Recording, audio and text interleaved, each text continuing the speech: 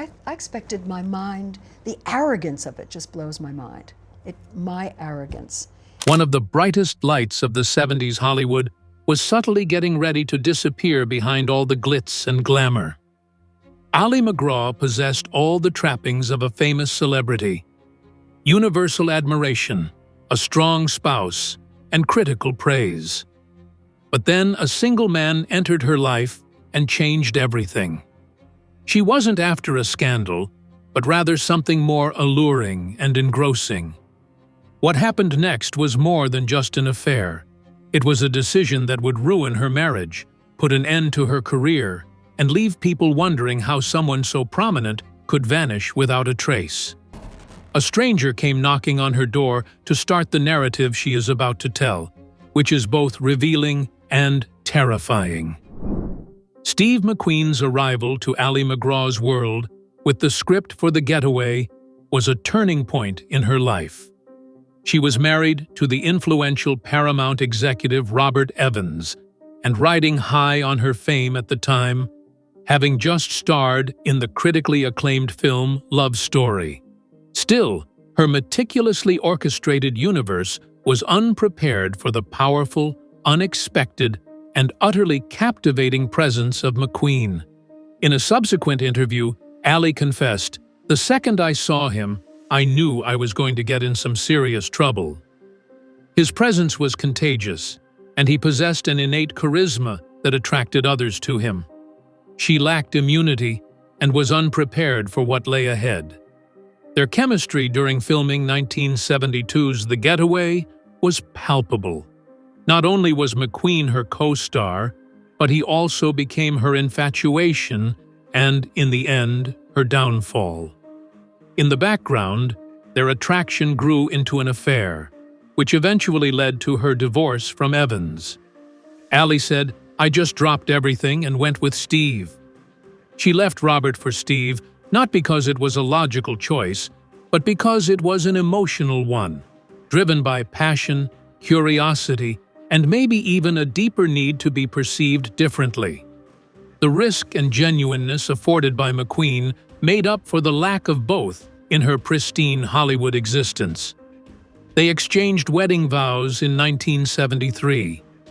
The world saw them as quite a pair: the dark-haired, defiant action hero and the stunning, passionate, contemplative woman.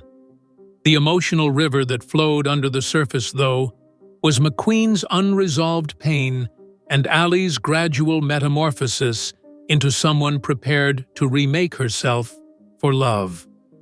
Her fledgling career was on the cusp of its pinnacle when she dumped her spouse.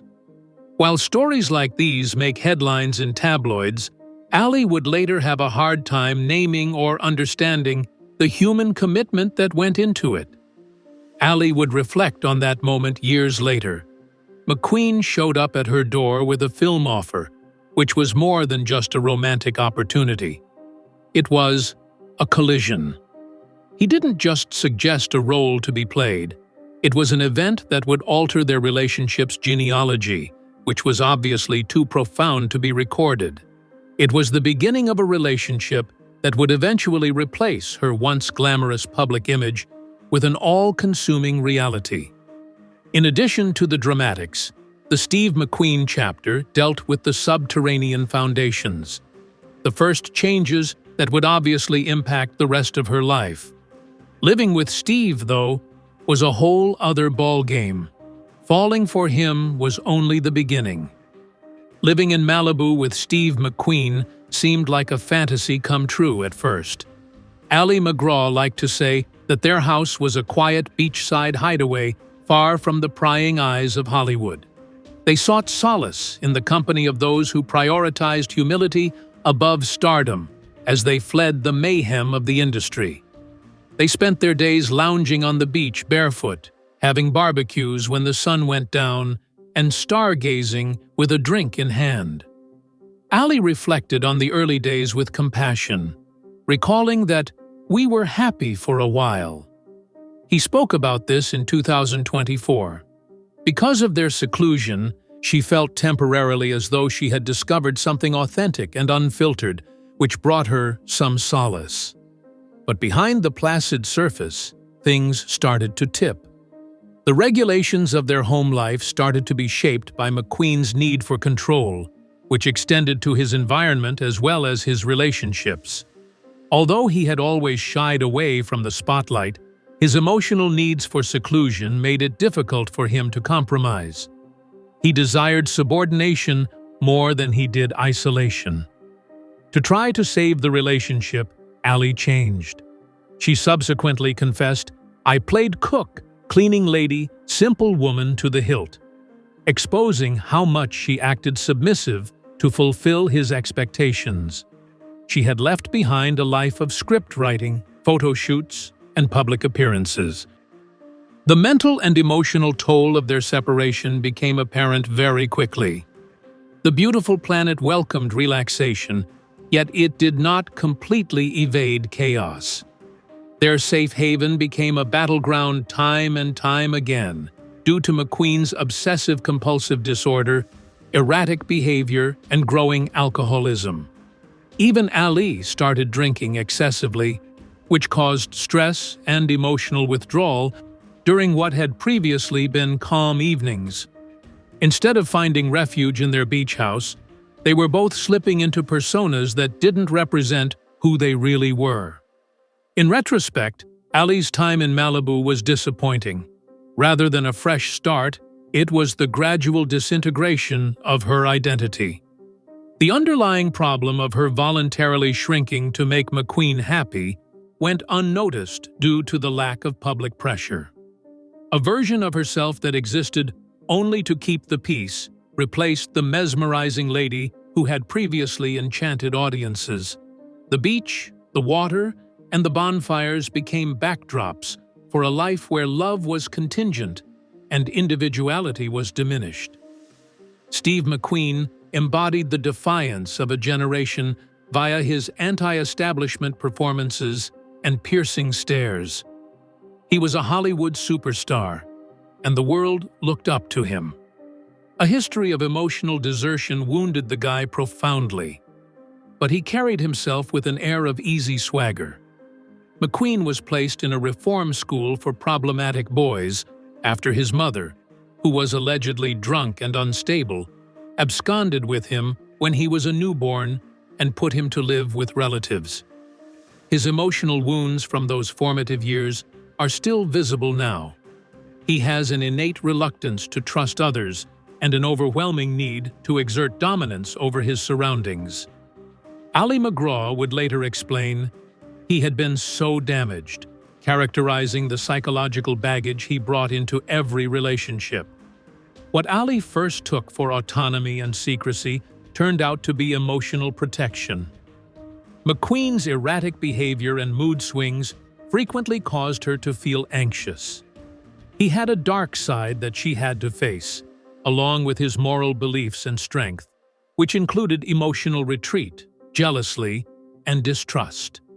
In 2018, she spoke to people about how she felt there was always a hint of danger about him. His bad boy charisma was part of his allure in public, but it may have been disturbing when they were alone. Ali discovered that she had to adapt her words and actions to match his mood so that she could avoid making him feel vulnerable. Loving him was more than a passing fancy. It required ongoing emotional deliberation. As their relationship progressed, McQueen's level of control increased. Before they were married in 1973, he wanted Ali to sign a prenuptial agreement, and he told her she had to quit performing. He was trying to dominate her life in an effort to avoid feeling vulnerable or being the center of attention, and his demands didn't feel like requests at all. Ali admitted to Closer Weekly, "I shrank myself for him," that she had previously denied. In order to pacify the relationship, which could not accept equality, she gave up her work and her voice. While Ali gradually erased her individuality and traded parts of herself for emotional survival, McQueen used control as a means of safety. Gradually, Ali became aware that, once again, McQueen's tyrannical demeanor served as a mask. Here was a guy whose ironic fear of rejection motivated him to alienate others. She could see through his ostentatious front to a man who had been hurt and never quite recovered. This insight could have provided some relief, but it did little to ease the strain of sharing a home with him.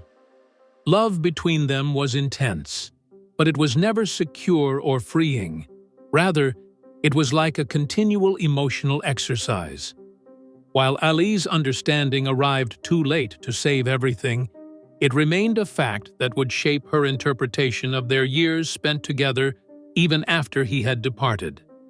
When Ali MacGraw was at the peak of her celebrity, she had the entire world at her fingertips. Her critically acclaimed roles in Goodbye, Columbus, and the worldwide hit Love Story solidified her status as one of Hollywood's most admired and lucrative actresses. But she was at a crossroads in her life, torn between following her heart and making a living, when Steve McQueen came into it. Although McQueen acknowledged her skill, he made it plain that he preferred not to be in the limelight. Ali would later disclose, "He didn't want me to work," a limit that altered the early power dynamic between them. There was no room for negotiation. She must either give up her rapidly advancing profession or conform to McQueen's ideal spouse. Ali acted hastily and passionately in her choice.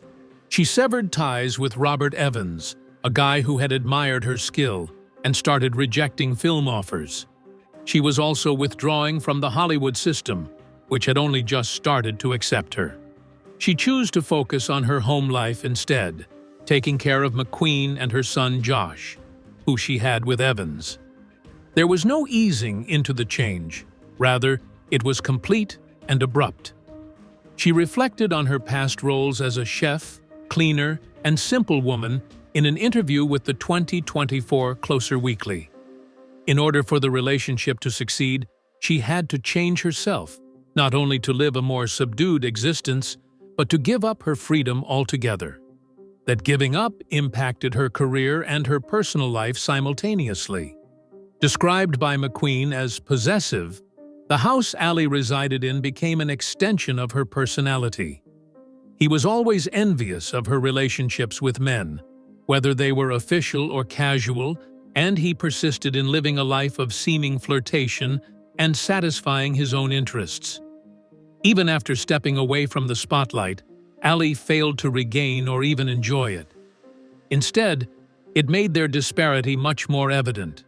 She revealed, "I created a type of woman I believed would attract him," as she reflected on how deeply she transformed herself to maintain the facade of unity.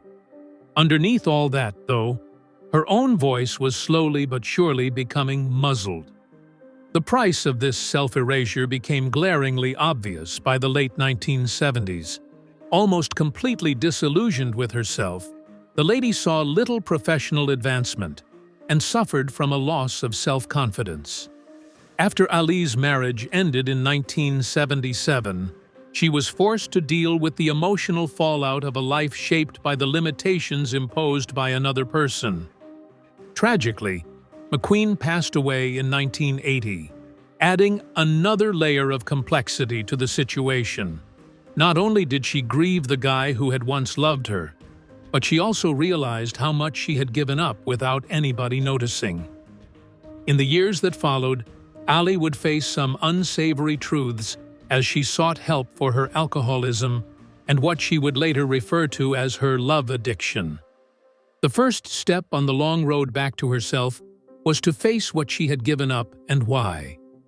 There was no one spectacular event that started Ali MacGraw's descent into self-destruction after her marriage to Steve McQueen.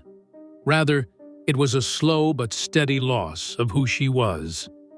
She withdrew from the spotlight, adopting a private life that was a far cry from the world she had previously dominated, after being lauded for her honesty and charisma on film.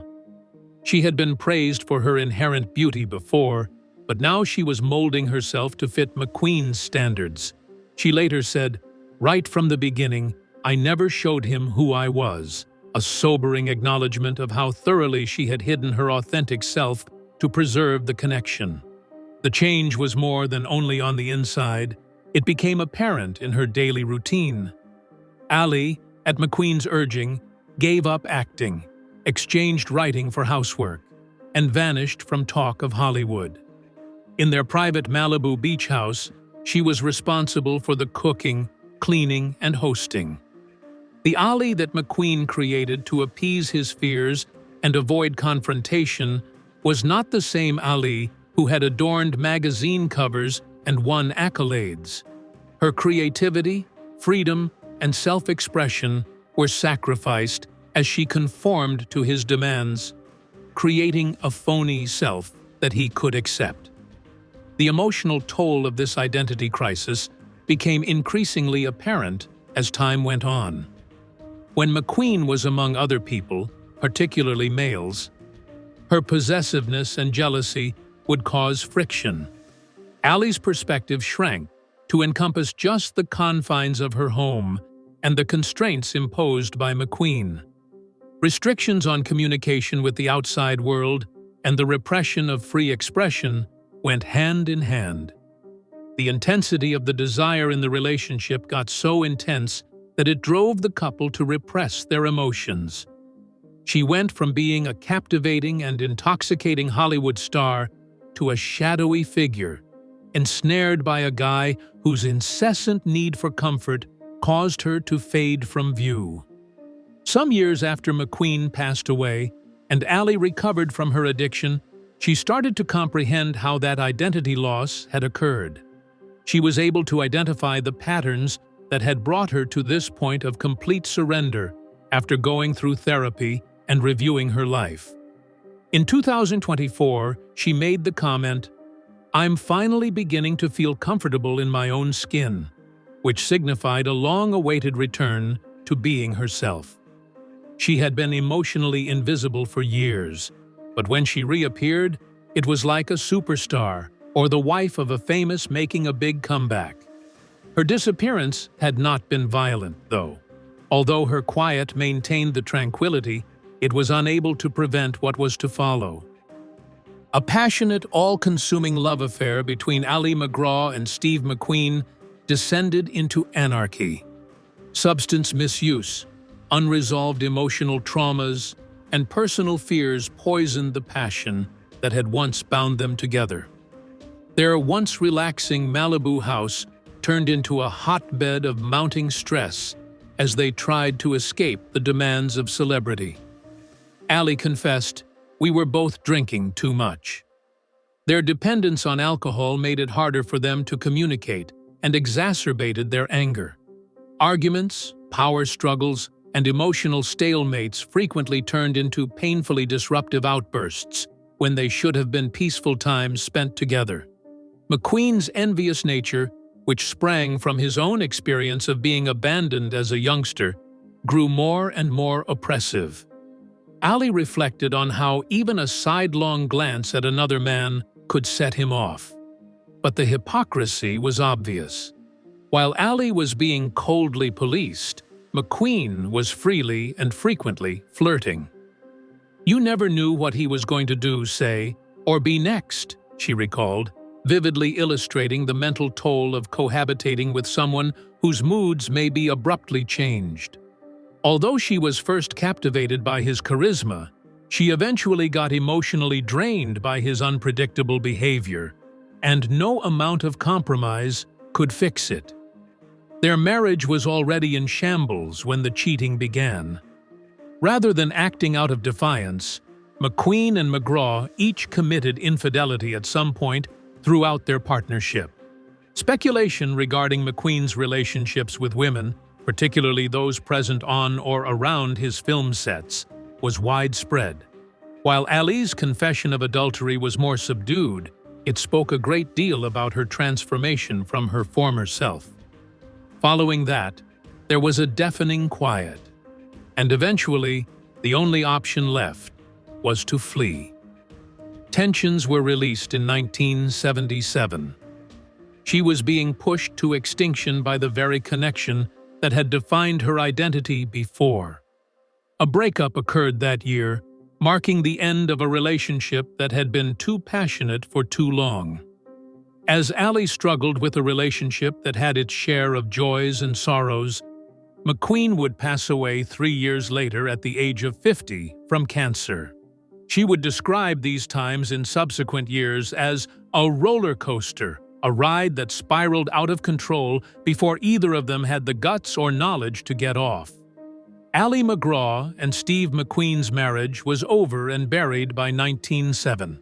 Years of animosity, distrust, and emotional scarring had buried the love that had once engulfed them.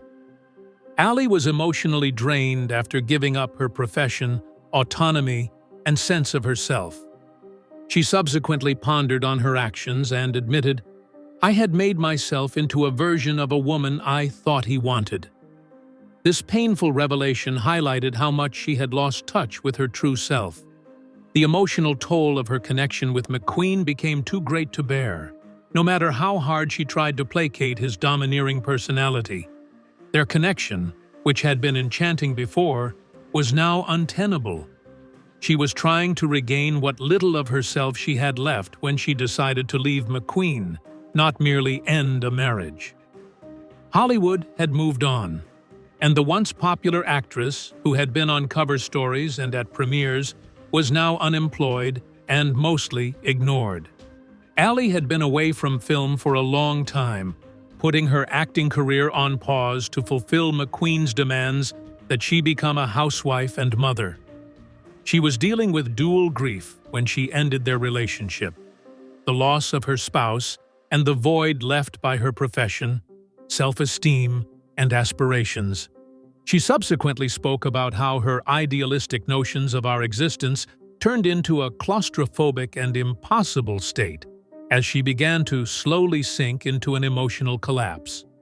Although the separation had been a comfort, the cloud of McQueen's sickness soon descended upon them. Pleural mesothelioma is an aggressive and uncommon illness with a well-documented link to asbestos. He was diagnosed with it in 1979. He was 50 years old when he died in November 1980 after a quick decline in his health. It crushed Ali's heart. Despite their breakup, they had never actually done anything together. It was never truly resolved, she thought. With his passing, a stormy chapter closed, and she lost the chance to put her relationship's unanswered questions, hurts, and lingering emotions to rest. After McQueen passed away, Ali went through a time of self-reflection. She was left to spiral with sadness and an identity crisis.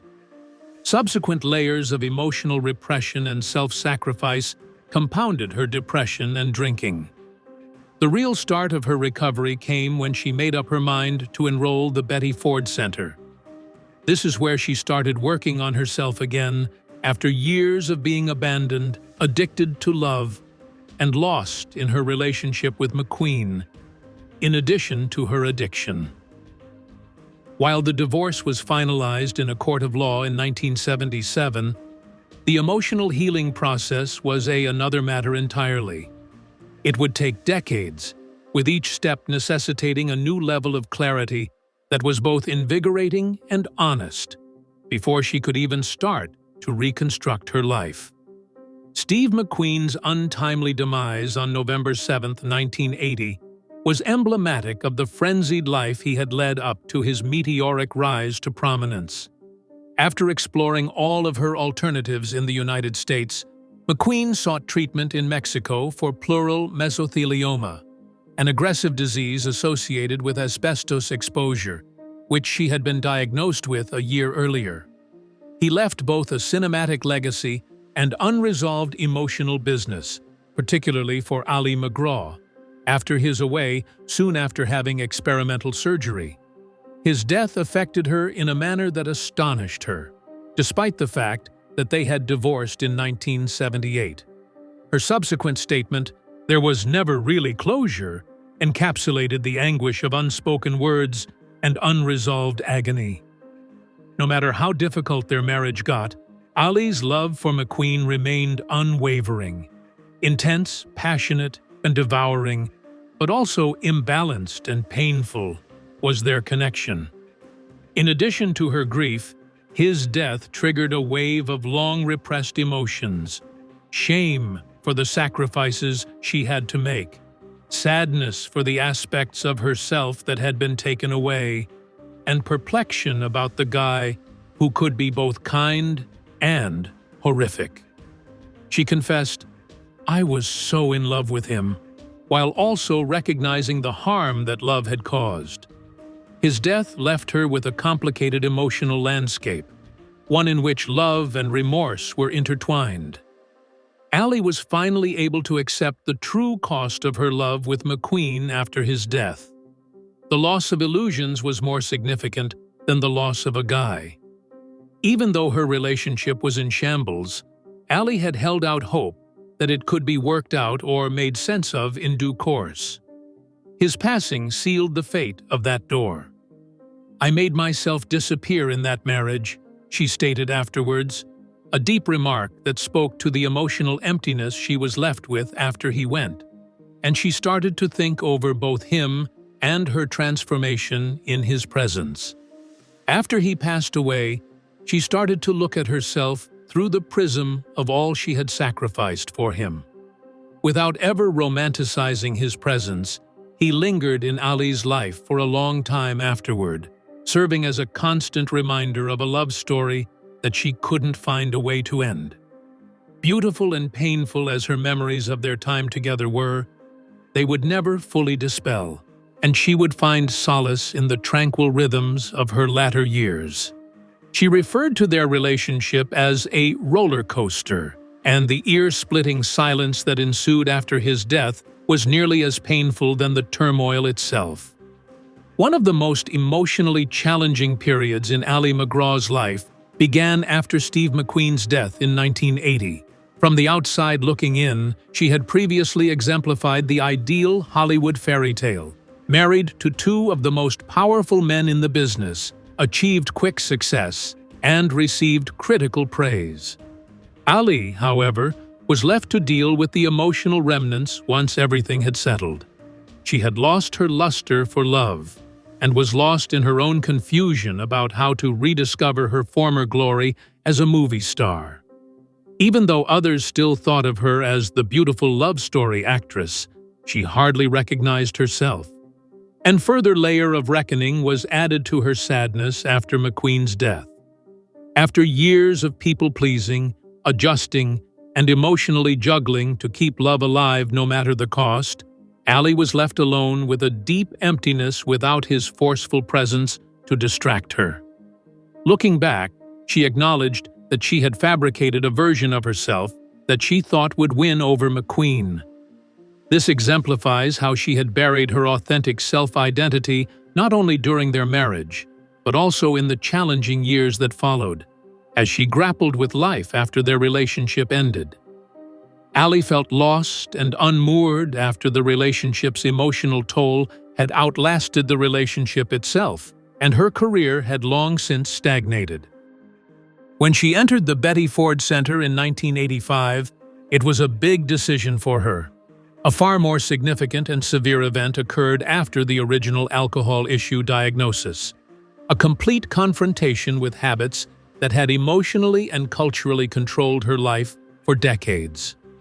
The cornerstone of her healing was the painful yet liberating realization that the need to be loved had routinely taken people away from themselves.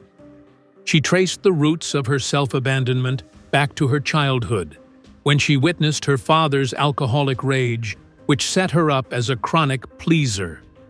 As she told Closer Weekly, "I would demand outrageously from most people that every single one of them in a room like me." And so it began, although most often in romantic relationships. A departure from Hollywood in the 90s was more of a reclaiming than a retreat.